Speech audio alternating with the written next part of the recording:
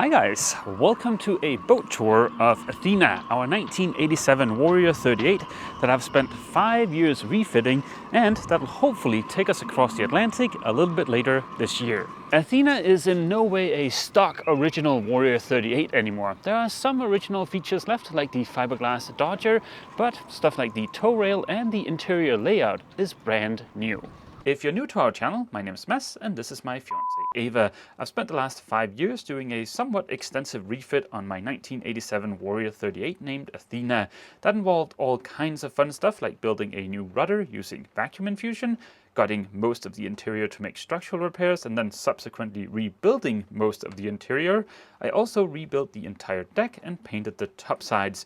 All of that fun is documented in hundreds of videos here on YouTube. Throughout this boat tour, you'll see stuff that is not 100% finished yet. Like for instance, we have no solar panels on our solar arch. The doors inside of the boat are not finished. Stuff like that. That's all stuff that's going to get sorted out over the next 6 months. So yeah, just keep in mind she's not 100% done yet. Let's start the boat tour up here on deck. Athena is cutter rigged, meaning we've got a head sail, a mainsail, and a staysail. Our head sail is on an older Furlex furling unit. So far it's working great, so no need to replace that yet. And our staysail is club-footed, meaning it's on a boom. This arrangement with the staysail is kind of old school, and as of right now we don't have room enough here for our dinghy, so we want to change all of this and swap this out for a furler before we leave the UK. For our mainsail, we've got in-mast furling. That means when we furl the mainsail, it just rolls into the mast. That is something people either love or hate, and I'm sure you'll see expressions of both opinions down in the comment section. As of right now, we still need to lead a couple more lines aft, primarily the furling line for the mainsail. That way we won't have to go up on deck when we need to reef. That line is going to be located right next to this clutch here under our fiberglass Dodger. The fiberglass Dodger was an option from Triton Marine, the builder of the Warrior 38 boats. And it's something that people, again, either tend to love or hate. Personally, I love the fiberglass Dodger, and it's one of the reasons I fell in love with Athena. I know it's very angular, and it reminds me a lot about 80s sci-fi, but for me, that's a good thing. Built into the arch, we've got a couple of LEDs up here with red and white light. We've also got our chart plotter tucked away here under the Dodger.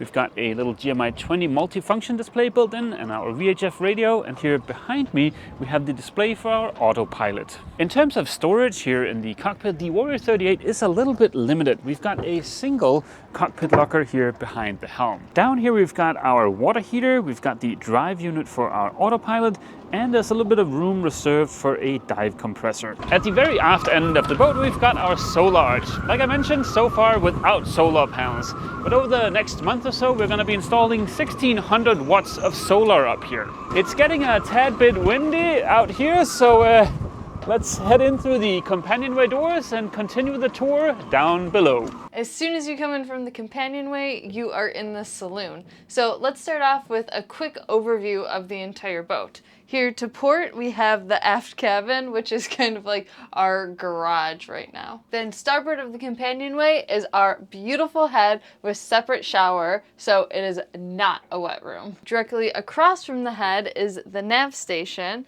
then the galley and kitchen island. On starboard side, we have our settee and dining table and also our Netflix and chill area. Coming into the forward, we have our washer and dryer on port, along with a ton of storage and our freezer, and then on starboard side we have a bunch of clothing storage over here. Finally, at the bow of the boat we have our V-berth, which is where we sleep, and at the very top we have our chain locker, which is where we keep our chain for the anchor. Throughout the refit, there have been a lot of changes to Athena's layout. For one, as you can see in this clip when Mads first came aboard Athena, the interior used to be a lot darker. Also, there used to be a door here that led to a 2-bunk aft cabin, except it was a really small door and you had to crawl into it, and there was also a head here that was also very small, and it was a wet room. We decided to move this whole bulkhead forward to make the head bigger, and as you can see here, these little notches show where the bulkhead used to be. Because we moved the bulkhead forward, forward, we were able to build this beautiful standing shower.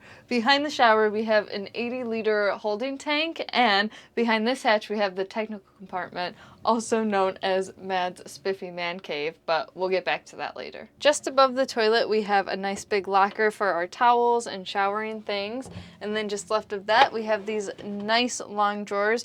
We kind of use this as our medicine cabinet. And of course, then we have our two huge, beautiful mirrors. And then just below the sink, this is our plumbing locker. It's a little mess right now, so I'm not going to show you.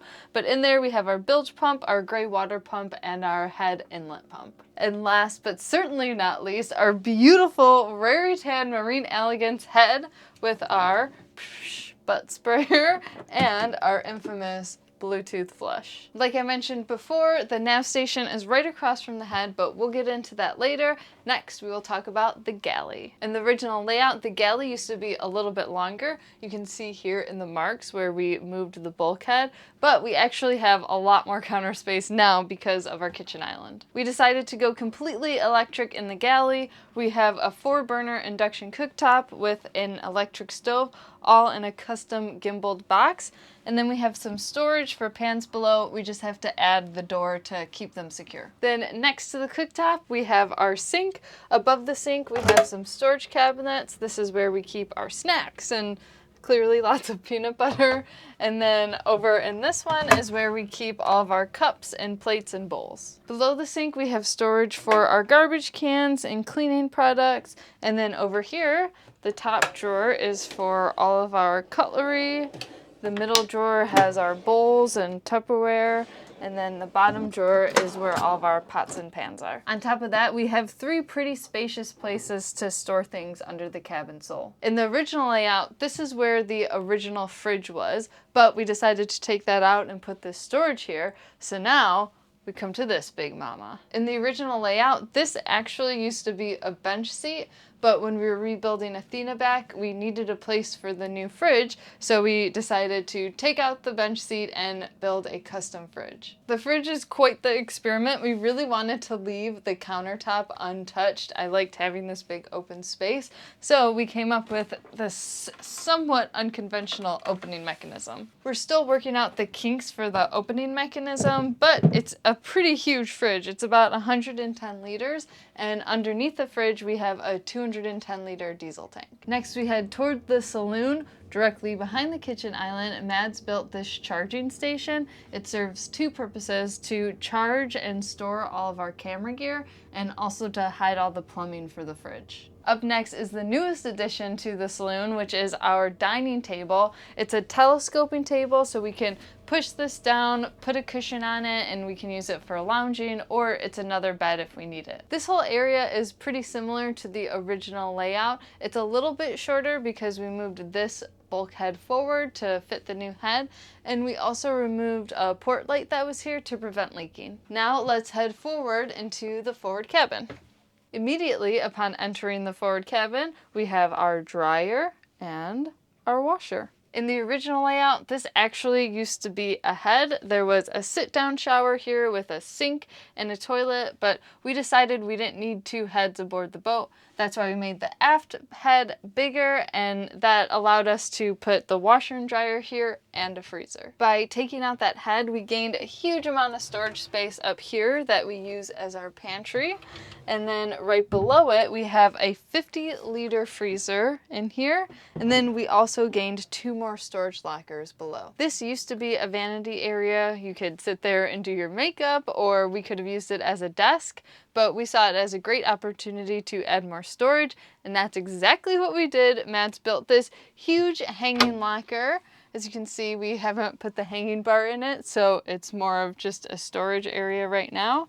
And then he also built these 8 beautiful drawers to put more clothes on. Over here we have a nice little bench seat. This is usually where I'm sitting working while Mads is doing projects in the saloon. There's storage under here, there's storage behind here. We have this little cubby area that I plan on making nice little fabric basket so it looks nice, and then a shelf up here that obviously just gets shoved with clothes. Then we made it to the bow of the boat, to the V-berth, our bed. We tried to come up with a different way to configure the bed, maybe putting it in the corner over there, but we came to the conclusion that this is a huge bed and we just couldn't get this amount of space anywhere else in the forward cabin, especially for Matt's long legs. Now you guys have a pretty good idea of the layout of Athena, so let's talk a little bit about the technical aspects of the boat. Like Ava mentioned, we do all of our cooking using electricity rather than propane. Here under the bunk in the aft cabin that's a little bit inaccessible right now, we've got our lithium batteries. We have 300 amp hours at 24 volts. That gives us just around 5 kilowatt hours worth of usable energy. That gives us enough capacity that we don't have to worry about the fridge or the freezer. If we do a little bit of cooking, that's fine. If we want to use the oven for hours and hours, well, then we're gonna have to charge. Of course, the batteries only gives us DC voltage, and all of our heavy consumers, meaning the oven, the induction cooktop, the water maker, for instance, those are all on AC. So we need to transform the DC to AC, and we do that using a Victron Energy Quattro 5000, and that's hiding down there in the aft end of the aft cabin. Next up, let's open the hatch here in the shower. That gives us access to the technical compartment. I'm sorry for the mess in here. We're still very much in project mode, so everything is a little bit messy, but there's a lot of technical goodies in here. We've got our diesel genset, a Fisher Panda 5000. We've got the membranes for our water maker. That is the pressure supply unit for the water maker down there. We've got the hydronic ProHeat diesel heater way down there at the end. And yeah, a little fuel polish and some other minor stuff. In case our lithium bank is running low and it's overcast, or maybe it's winter and the solar is not pulling in enough juice, well then we have the option of spinning up the Fisher Panda. Now with the 1600 watts of solar we're going to be installing over the next few weeks, we should have enough for most of the days during the summer. If we want to do a lot of heavy stuff on the same day, like run the dive compressor, the water maker, the washer, the dryer, and bake a cake while doing it, we are going to have to fire up the Fisher Panda. That was a little bit of an exaggeration. I don't think we'll ever want to run all of that stuff at the same time, but yeah, in case it's overcast or it's winter, we do have the option of using the genset. The Quattro, the inverter charger hiding in the aft cabin, has this really cool power assist feature where we can run the genset at the same time as we're using juice from the batteries, and that'll give us roughly 8,000 watts worth of juice, which, I mean, that's probably more than we're ever going to want to use at one point in time. In addition to the sails, Athena also has a Volvo D240 for propulsion. And yeah, that's hiding in here. Again, sorry for the mess and the dust behind the engine here. You can see our day tank. That is the diesel tank all the consumers are hooked up to. So the diesel engine, the genset, the heater, stuff like that. I've replaced the stock alternator on the D240 with this 185 amp 24 volt model. Due to the pulley ratio we've got, we're never going to see 185 amps from this guy. We're getting a little over double what we're getting from the stock alternator, so that puts us a little over 100 amps. 100-ish amps at nominal 24 volts gives us about 2.5 kilowatts worth of juice from the high output alternator.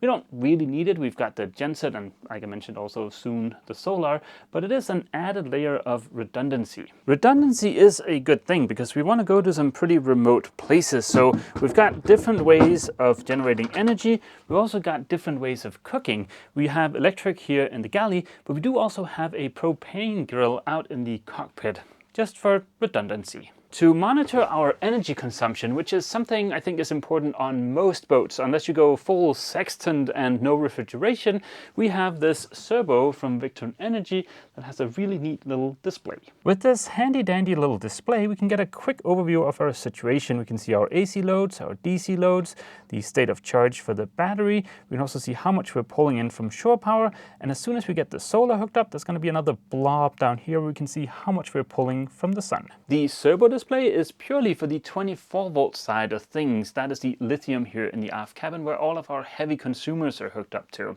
We also have about 200 amp hours worth of lead acid battery juice at 12 volts in the technical compartment.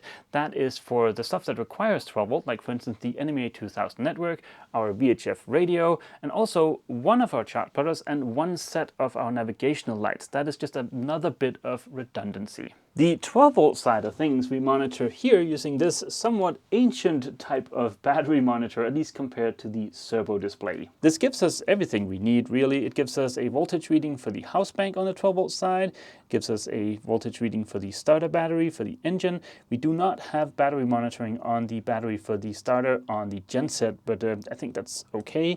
We also get amps, and of course state of charge measured through a shunt. I could yammer on for about an hour about our electrical setup, but I think that's out of scope for this boat tour video. But yeah. Back here at the nav station, we have one of our chart plotters up here. We also have this screen here, which is connected to a Mac Mini that's hiding underneath the nav station. That's used for video editing, and it's also used as a backup chart plotter for the backup in case we need to, and it's running something called OpenCPN, which I think most people are familiar with. Like I said, we are still very much in project mode, and from when we started this video, there's actually been a change out here in the cockpit. You might be able to see here there's some track there, and that's because the canvas guys were here yesterday to template for our new spray hood. It's going to be pretty big. It's going to extend back to roughly here. There's going to be a backdrop on it so that we can seal this section of the cockpit off so that we're nice and protected in here. Hopefully we can show you guys the spray hood in place in the next 2 or 3 weeks. Now next week I'm going to get started modifying the arch here so that hopefully also within the next couple of weeks we can get the solar panels installed. The new solar panels are about 30 millimeters longer than the old ones, so I'll have to chop this off and make some kind of adapter I can slide on there and bolt in place. Also on my to-do list for next week is to make a cover for the tiller arm and the autopilot in here so we can start storing stuff in the cockpit locker again. I'll make both of those doohickeys out of stainless. Thankfully there is a maker spot, a kind of communal workshop about 2 miles north of here, and they have everything I need to work with stainless, so that's going to be a lot of fun. Next week we should also get a date for when we can unstep and restep the mast, but yeah, we'll get back to that. For all, let's just say we hope to see all you guys back here aboard Athena next week for yet more DIY fun. As always, feel free to leave a comment down below, and don't forget, if you've enjoyed this video, Please remember to leave a like. see you!